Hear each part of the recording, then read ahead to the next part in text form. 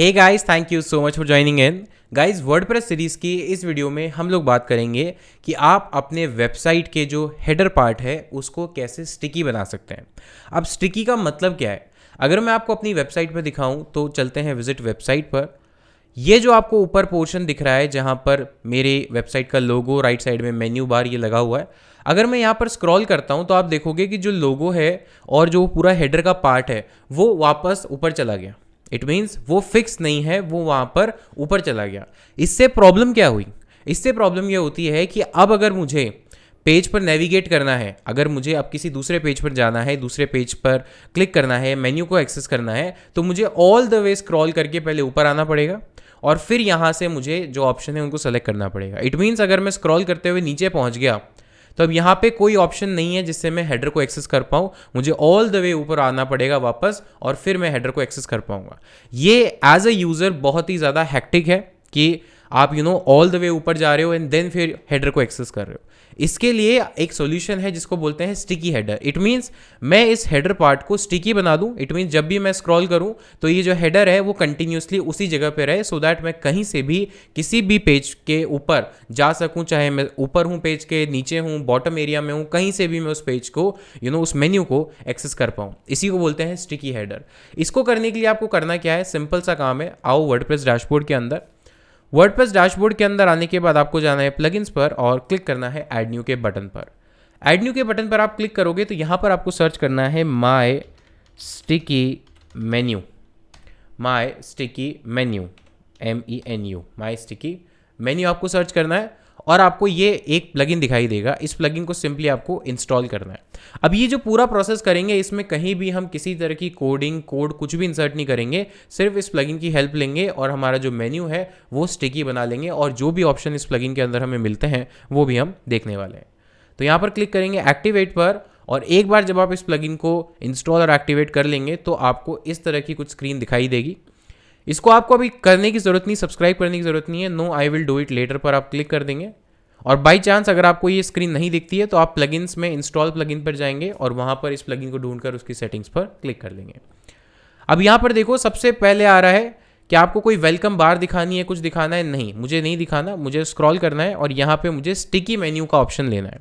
तो sticky menu settings पर आप क्लिक करेंगे और मेन्यू को स्टिकी बनाने के लिए इसको आप क्लोज कर दीजिए। मेन्यू को स्टिकी बनाने के लिए यहाँ पर ऑप्शन है कि आप अगर यहाँ पर क्लिक करेंगे तो बाय डिफ़ॉल्ट मैक्सिमम थीम्स के अंदर ये आपका जो हेडर है उसको डिटेक्ट कर लेगा, जो हेडर का मेन्यू है उसको डिटेक्ट कर लेगा और मोस्ट ऑफ द केसेस में वो प्राइमरी मेन्यू के नाम से होता है या मेन मेन्यू के नाम से होता है। अगर आपने कस्टम बनाया है तो आप यहाँ से जाके चेक कर सकते हैं।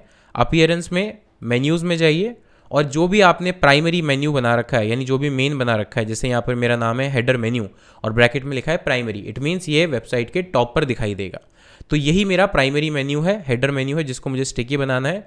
अब मैं वापस चलता हूँ उसी सेटिंग में और यहाँ पर स्टिकी क्लास के नीचे जो ऑप्शन है ड्रॉप डाउन, उस पर क्लिक करता हूँ और ये देखिए यहाँ पर इसने डिटेक्ट कर लिया है। तो इस पर क्लिक कर देते हैं।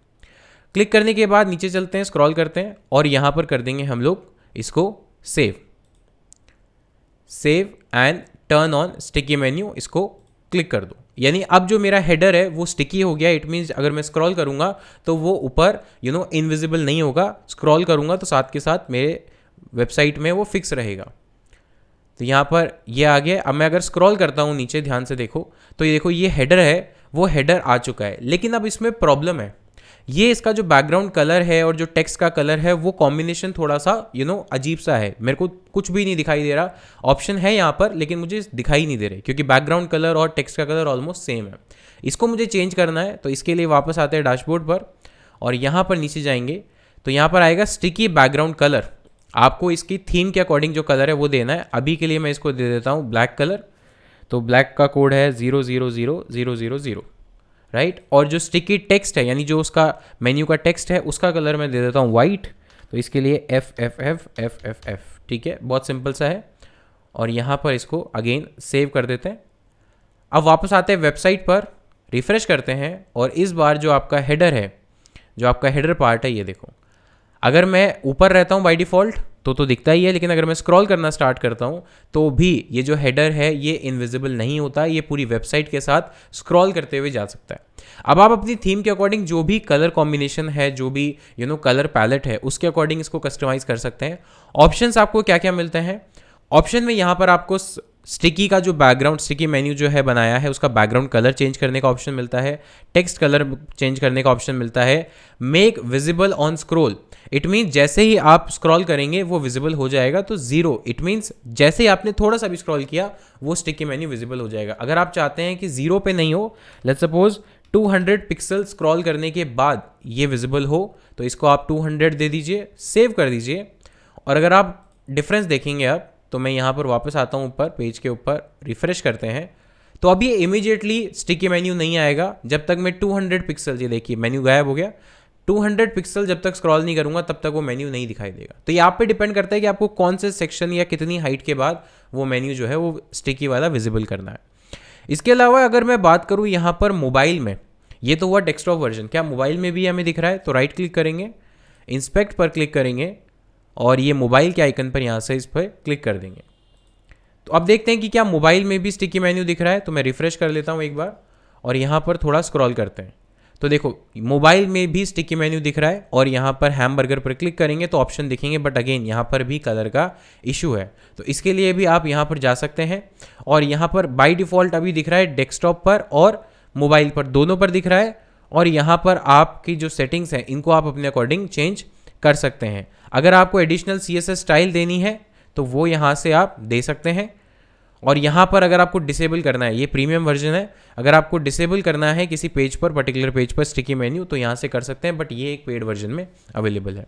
बट मोर और लेस आपका जो काम है स्टिकी मेन्यू बनाने का वो यहाँ से क्लियर, वो यहाँ से ऑब्जेक्टिव फुलफिल हो जाता है। और यहाँ से इसकी ओपेसिटी भी आप 100 कर सकते हैं, सो दैट जो मेन्यू है वो ट्रांसपेरेंट नहीं हो। और अगर ट्रांसपेरेंट करना है तो इसको फिर 0 कर सकते हैं। तो इसी तरह से आप पूरा का पूरा जो मेन्यू है उसको स्टिकी बना सकते हैं, सो दैट जब यूज़र स्क्रॉल करे तो वो मेन्यू वहाँ पर स्टिकी रहे और किसी भी पार्ट ऑफ द वेबसाइट से जो हेडर है उसको हम एक्सेस कर पाएँ। तो गाइस इस वीडियो के लिए इतना ही, मिलता हूँ आपसे नेक्स्ट वीडियो में, तब तक के लिए take care, thank you so much, have a nice day.